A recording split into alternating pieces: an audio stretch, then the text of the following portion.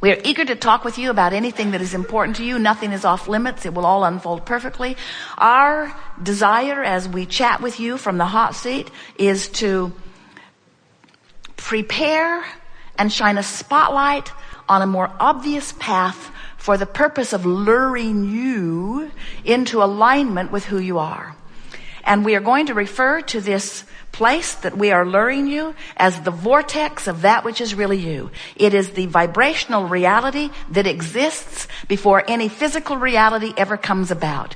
It is the reality that is the preface or the pre-paving of everything that you know. It is a reality that you can take to the bank. We are not kidding you. It is a reality that is real. It is a reality that you can feel with your enthusiasm and your love, but you may not necessarily be able to see it unless you are in it. If you are on the verge of it, as in a hopeful attitude, then it will draw you in often and you'll have full view of what's in there. If you're ornery, if you're depressed, if you are in despair, if you are feeling out of control of your life or disempowered, then you're not in the vicinity of this vortex that contains the larger part of you and everything that you want and all cooperative components of everything that you have been asking for. Those are our favorite new words. Your vortex contains all cooperative components of everything that you are asking for. But you've got to be in the vortex before you can see or rendezvous with the cooperative components. They're already in there. And we don't want to hurt your feelings, but we want you to know that often you are the only uncooperative component. And the reason that you're the uncooperative component is because you're still in step one. You're saying, where is it? I want it. I don't see it. Where is it? I want it. I don't see it. And we want to say to you from inside the vortex, you don't see it because you're too far away from it. Change your vibration and your view will clear up. You mean I have to get happy? That's the prerequisite. We know it's a big price to pay. But when you think about it, everything that you want is because you think you will feel better in the having of it. So why not feel better before you have it and then you'll have it? A woman said to us, Abraham, I don't think you care if my lover ever comes. I think you just want me to imagine him being there until I bring myself to a place of feeling good, even though he's not there. And so I don't even notice that he's not there. We said, exactly. She didn't like that very much because she sort of suspected that this vibrational reality is just a tool to trick you into not noticing what's going wrong in your life.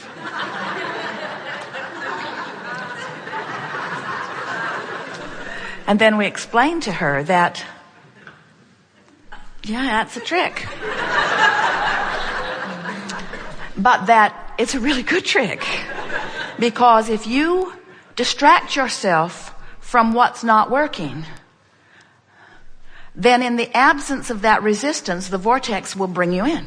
Because when you're not offering resistance, you become a cooperative component. So you just have to stop doing that thing you do that makes you unhappy, and you'll be drawn right in to where all the clues, all the unfolding, all the rendezvous points, all the opportunities, all of the fun along your creative path, along your way to all of that. That was good. We are eager to talk with you about anything that is important to you. You are getting the sense of law of attraction, yes? You get it, that you get what you think about, whether you want it or not. That there are all kinds of things that are true. That when you give your undivided attention to this truth, when you use truth or a lot of it going on as your prerequisite about whether you turn your attention to it, do you get it? That your attention to whatever it is activates it in your vibration and then gives you a measurement about whether you are looking at it as the way the source within you is or not. The art of allowing, which is what we are calling this law of attraction workshop, is about how to be in the state or how to practice the art of allowing myself to be who I really am, to allow myself to receive the fullness that life has brought me to allow myself alignment with Source. That really is the ultimate being called home. In other words, we talked about how home in the physical sense sometimes can make you feel less good than you felt before you went there. And of course, it's not always the case, but mostly. But when you are called home to the Source that is within you, it is always a clicking into place. It's always a feeling of relief. It's always a, yes, this is who I've become, and nothing less than this will do for me. So this law of attraction that you are hearing about and that you are beginning to notice in your experience all day, every day, says that whatever you've got active in your vibration is going to start pulling. But what people commonly misunderstand about law of attraction is that law of attraction is responding to all vibrations in the universe. It's what sorts out the vibrations. It's what makes your radio signals connect with each other in the way that they do. Although law of attraction as it relates to you is even far more sophisticated than that. So what we're saying to you is, you've got this vibration going on as you beat the drum of whatever you're giving your attention to now in your body. And you've got this vibration going on of who you really are, who the Source within you, what your inner being is now thinking about. And what your inner being is thinking about is all that you've asked to be. So as law of attraction responds to both of those vibrational viewpoints, there is the potential of you being pulled apart if you are not in sync. You see how your guidance system works? The Source within you has an opinion about everything. And when you deviate from that opinion, you feel discord. For example, Source adores you. And when you're hard on your own case, you cause discord that you call guilt or self-blame or self-depreciation. In other words, when you are focused upon yourself in a negative way, you are performing the ultimate separation of self. That's why it feels so awful. When someone else holds you as their object of attention and they find fault with you, the reason that you often feel such defensiveness is as they turn their negative attention toward you, you turn your negative attention either toward yourself or toward them. And now you're using this experience as your excuse to not see this world through the eyes of Source. And when you don't, you feel crummy every single time. It doesn't matter how valid your argument is against anything. When you push against unwanted things, you activate unwanted things in your vibration and they clash with your wanted things. This is a universe that's based upon law of attraction. It's an inclusion-based universe, which means you can't exclude anything. You cannot push anything away in an inclusion-based universe. So when you see that thing you don't want and you shout no at it, it's exactly the same thing as saying, yes, thing I do not want, come to me. When you see something you want and you say yes to it, it's like saying, come to me, this thing I want. So when you realize that you get what you think about, whether you want it or not, then you begin to set forth a different criteria about whether you give your attention to it. And that really is what Art of Allowing is. Art of Allowing is accepting that you are Source energy at the same time that you are physical. Do you? Art of Allowing is acknowledging that that larger non-physical part of you is pulsing with the fullness of all that you have become and is holding this position of the best that you are.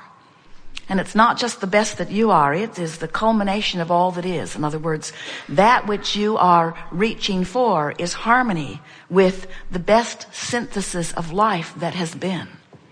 Source, or what man often wants to call God, is in an eternal state of appreciation or becoming. And when you get into the flow of that, when you consciously turn your attention toward that beingness, and you care about your alignment with it, now your path is never confused. You never wonder what to do. You just know. You just know the thread to follow is the thread that feels good, not the thread that's written down, not the thread that's most popular, not the thread that's on CNN, not the thread that your family is speaking to you, not the thread that's on the online chat group necessarily. In other words, the thread that you're wanting to follow is the thread that feels like it has the most life in it. The thread that feels the friskiest, the thread that feels the happiest, the thread that feels the most interesting, the thread that feels the most exhilarating, the thread that feels the most life-giving. You know those people that when you're with them, they just breathe life into you? They're just tuned in, tapped in, turned on, and when you interact with them, you feel better for your interaction. That's the thread you want to follow. Good. We know what's in your vortex. In other words, you may be standing outside of it, and you may be wanting to justify why things are not going well. But our dominant intent with every word that we speak with you is to entice you, to call you in the direction of who you really are. You are the creator of your own reality.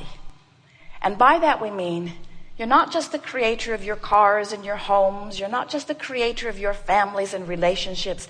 You're not just the creator of your empires. You are the creator of your experience within all of that. You are the creator of you. You are the creator of the experience of you.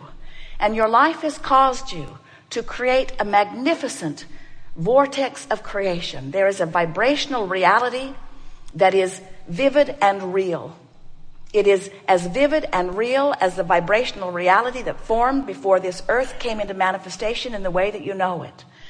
It is the precursor to all that you know to be. And in the moment you release your resistance by focusing upon the pureness of what you're asking for, you will move into the vortex. And when you move into this vibrational reality, now you are privy to the impulses, the inclinations, the decisions.